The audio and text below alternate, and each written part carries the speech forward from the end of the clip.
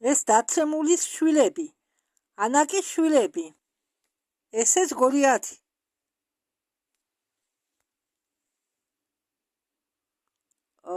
მეფე დავითი ვის ებრძოდა?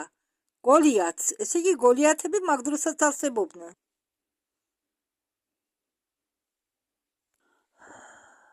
ეს გოლიათები ცხოვრობდნენ წარღვნამდე, ჩვენ დედამიწაზე. თუ იცით, ქართულ ზღაპრებში თუ გახსოვთ, აბა დევებზე რომ არის ზღაპრები, ის დევები არიან გოლიათები. დიახ, გოლიათებზე აქვს საუბარი და ძველ დამწერლობაში, წყაროებში, რომლებიც მოვიდა ჩვენამდე, მახაფხალატა ბიბლია, ავესთა ვედები, ედა, ჩინური და ტიბეტური ქრონიკები, ასირიული კლინოპისები, თიხის ტაბულები, ბერძნული მითოლოგია ტიტანებზე, ტიტანომახებზე, ყველგან დაწერილია გოლიათებზე. ყორანში საუბარია, რომ ადამის სიმაღლე და ევას სიმაღლე იყო 30 მეტრო. ბიბლიაში აგრეთვე არის ნახსენები გიგანტების რასა, ისპოლინები, ანუ ნეფილიმები, ძველ აღთქმაში, რეფაიმები, ესენი ველიკანი გოლიათებია და მათზე წერია ბიბლიაში, ტანაში, ტორაში, წმინდა წიგნი ბუდიზმის ტრიპიტაკა აგრეთვე შეიცავს მონაცემებს გოლიათებზე. აგერა გოლიათები. დასაკვირველია, ნეფილიმები ჭამდნენ ადამიანებსაც. როდესაც ყველაფერი შეჭამეს დედამიწაზე, ეს ნეფილიმები არიან ადამიანების მგონი თვალწდები. მგონი ნეფილიმებზეა საუბარი, ადამიანების და უცხოპლანეტელების შვილები. ანუ ღმერთების შვილები. ღმერთს იმიტომ უწოდებდნენ მათ, რადგან ისინი იყვნენ უფრო მეტად განვითარებული და ძლიერები. და ძალიან ბევრი ზეპირი დამწერლობა, ძალიან დიდი რაოდენობით დამწერლობა და ზეპირი ლეგენდები გვაიძულებენ ჩვენ დავიჯეროთ, რომ დედამიწაზე ცხოვრობდნენ გოლიათები. იმ დროს ხარის ტემპერატურა იყო უფრო მაღლა, რადგან ჟანგბადის შემოდგომობა ატმოსფეროში იყო მაღალი, წყალი კი იყო სავსე კალციუმით. ხო, და ასეთი ფაქტორები შეეძლო ასეთ ფაქტორის გავლენა ქონოდათ წარღვნამდელ ადამიანზე. მაგალითად, ძველ ბერძნული ისტორიკოსი და გეოგრაფი გეროდოტი წერდა უზარმაზარი ადამიანის ჩონჩხების აღმოჩენაზე. სპარტის მაცხოვრებლები საბერძნეთი ატარებდნენ თან სამხედრო ლაშქრობებში გმირი გოლიათის ორესტის ჩონჩხს. ძველბერძნული მეცნიერი პავსანი წერდა, რომ მდინარე სტრონტის ფსკერზე სირიაში იყო აღმოჩენილი კარგად შენახული კუბო, სადაც იწვა ადამიანის ჩონჩხი, რომლის სიმაღლე სიცოცხლეში იყო 5 მეტრო და იყო 5 მეტრო ნახევარი. ისპანელი კონკისტადორები, როდესაც ამერიკაში შეიჭრენ, მაიას ხრამში აღმოაჩინეს უზარმაზარი ადამიანური ჩონჩხი. კორტესის ბრძანებით ეს მონაპოვი გააგზავნეს რომაელ პაპასთან ვატიკანში. ვატიკანი აგრეთვე საიდუმლოდ ინახავს მრავალ საიდუმლოს. ტიბეტური მონახები ხშირად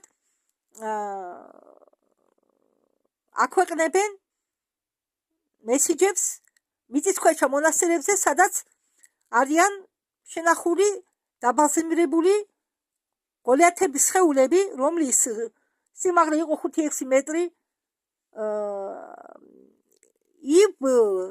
ფადლანს არაბელ მოგზაურს ხაზარელი მეფის ქვეშედგომებმა დემონსტრაცია გაუკეთეს, ხო, 6 მეტრიან ჩონჩხს მეფის ბრძანებით. ეს ჩონჩხი იყო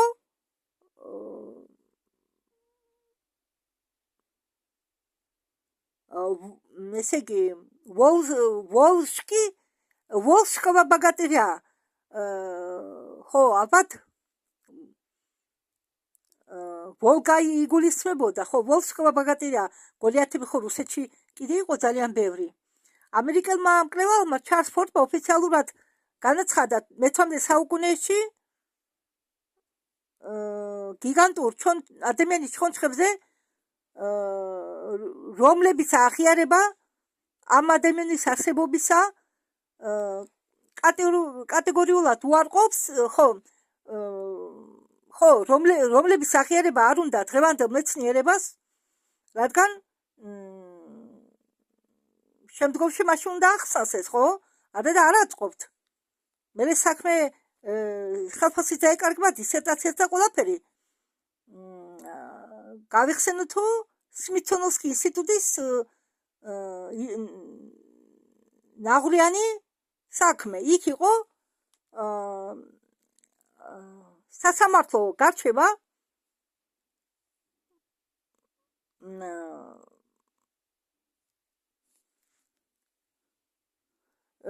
რადგან 1900-იან წლებში განადგურდა ძალიან დიდი რაოდენობით გოლიათების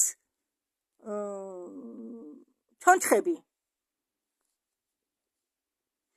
ის კი არა ამ საქმეში იძულებული იყო ჩარეოდა ამერიკის უმაღლესი სასამართლო ძველ ლეგენდებში რუსულ ლეგენდებში საუბარია სვეტო გორზე რომელიც იყო სიმაღლით მთის რომელიც უდრიდა მთის სიმაღლეს მაღალ მთის სიმაღლეს კრებმა აჩვენა რომ მისი სიმაღლე იყო მიახლოებით 50 მეტრი ზუსტად ასეთი სიმაღლის იყო მთელი ასურების რასა ასურები ეს არის უძველესი რასა ტიტანებისა ნახევარღმერთებისა გიგანტებისა გოლიათებისა კაბულის შორი ახლოს კაბულთან შორი ახლოს კაბული ქართულად ავღანისტანში ავღანეთში უბრალოდ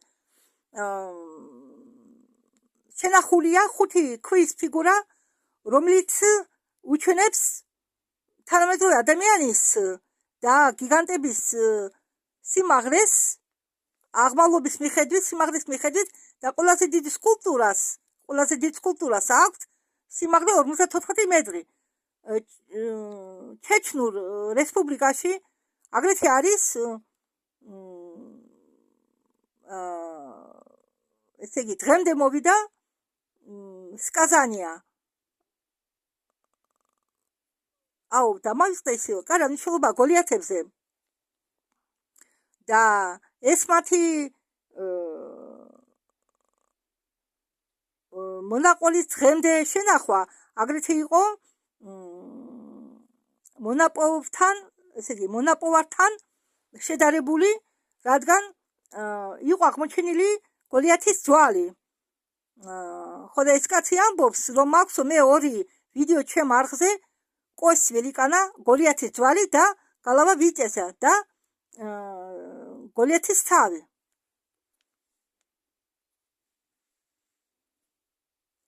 ხო და ლოგიკურია როდესაც ჩვენ ლიბანში პოულობთ ძველი ქალაქების შენობებს მაგალითად ბალბეკის ტერასა თურქეთში ინდოეთში ისაკიევის ტაძრის საფეხურები სანქტ-პეტერბურგში ინკების ტერასები ოლიანტაიტამბოში პერუში უზარმაზარი მიგდებული ტაძრები უდიდესი ოკეანის ატოლახში და ასე შემდეგ გიგანტების შემდეგ დარჩა ყოფის საგნები მაგალითად უზარმაზარი ნაჯახები უზარმაზარი ჭურჭელობა მეტალიკური მილები გიგანტური წიგნები აგერა ეს არის გიგანტების წიგნები ხო ხედავთ საიდან მოვიდა ეს ველიკანები ყველა გოლიათები ყველა უკაცრავად გიგანტებმა ალბათ იცოდნენ მომავალ წარღვნაზე და თვითონ დაგეგმეთ როგორ უნდა გადარჩენილიყვნენ.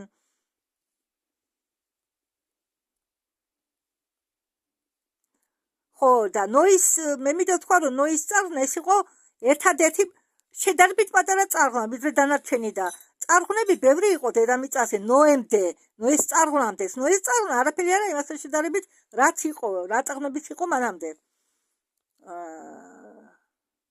ხო თვით ნოე რომელმაც თითქოს კიდობანი ააშენა არა და ეს ტყუილია.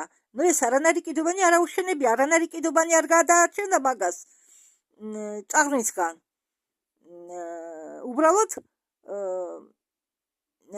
ანუნაკმა ენკი იყო ანუნაკი ენკი და მისი ძმა მისმა ზულდა ადამიანები და ანუნაკი ენკი ბევრს ეხმარებოდა ადამიანებს და მაგამ გადაარჩინა ნოის წარღვნის დროს ნოე და მისი ოჯახი და ნოე იყო სიმაღლით 5-6 მეტრო.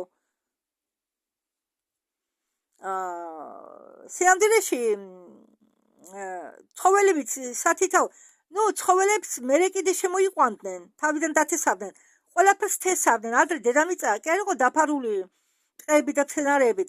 თვითონ ღმერთებმა დათესეს თესლები დაყარეს მიწაზე, მერე ადამიანებით შემოყვანილია.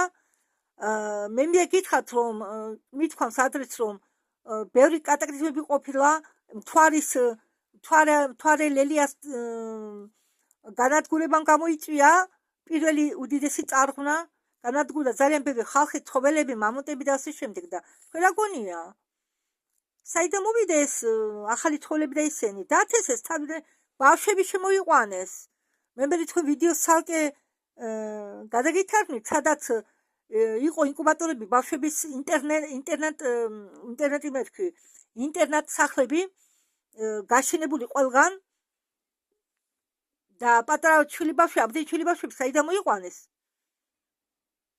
გასამრავლებლად მოიყვანეს სხვა იაჩეკებიდან ან ინკუბატორში გაამრავლეს და შემდეგ გაფანტეს, მიმოფანტეს მთელი კატაკლიზმის შემდგომი პერიოდის განმავლობაში რომ ხალხი გამრავლებული იყო. ადრე ხომ არ იყო ეს ინტერნეტი, ფოტოგრაფია, ხალხი ხატავდა და ბევრმა მხატვარმა დახატა კატაკლიზმის შემდგომ პერიოდი, ატალახებული ცარიელი ქუჩები, ცარიელი ქალაქები. მათ ეს არ აქვს მოგონილი, მაგათმა ეს პირდაპირ ასე ვთქვათ რაც ნახა ის გადმოხატა ქაღალდზე. ადრე სად იყო ფოტოგრაფია, ხომ არ იყო? ნუ კი ხა ღმერთებს კი ეკნებოდათ ნახვა ღმერთებს, მაგრამ მიწაზე მოსული ადამიანი. გაისწავლებოთ თავი.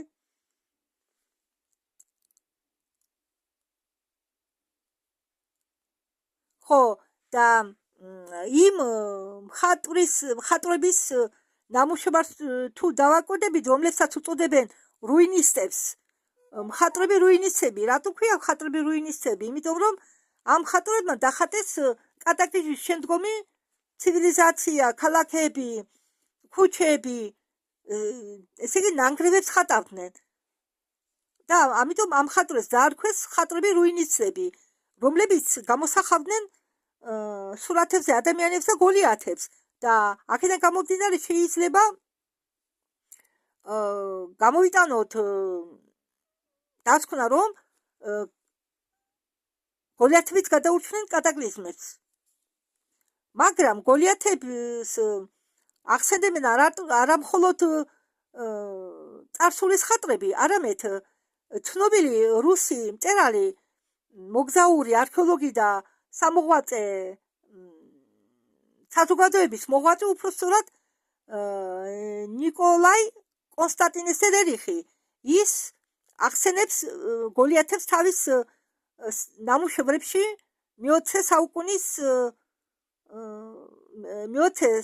შუა საუკუნეს რომლებიც ეხება მე-20 შუა საუკუნეს. რას ფიქრობთ თქვენ გოლიათებზე, გიგანტებზე?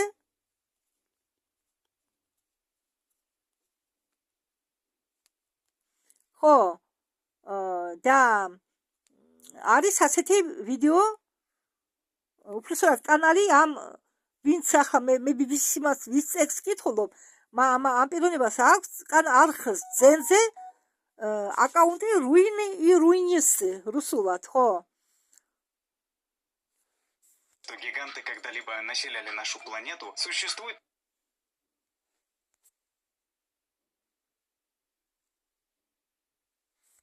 არის დამტკიცებული რომ მაიმუნები არსებობენ გიგანტური სიმაღლის და ეს დამტკიცებული არის უკვე დიდი ხანია.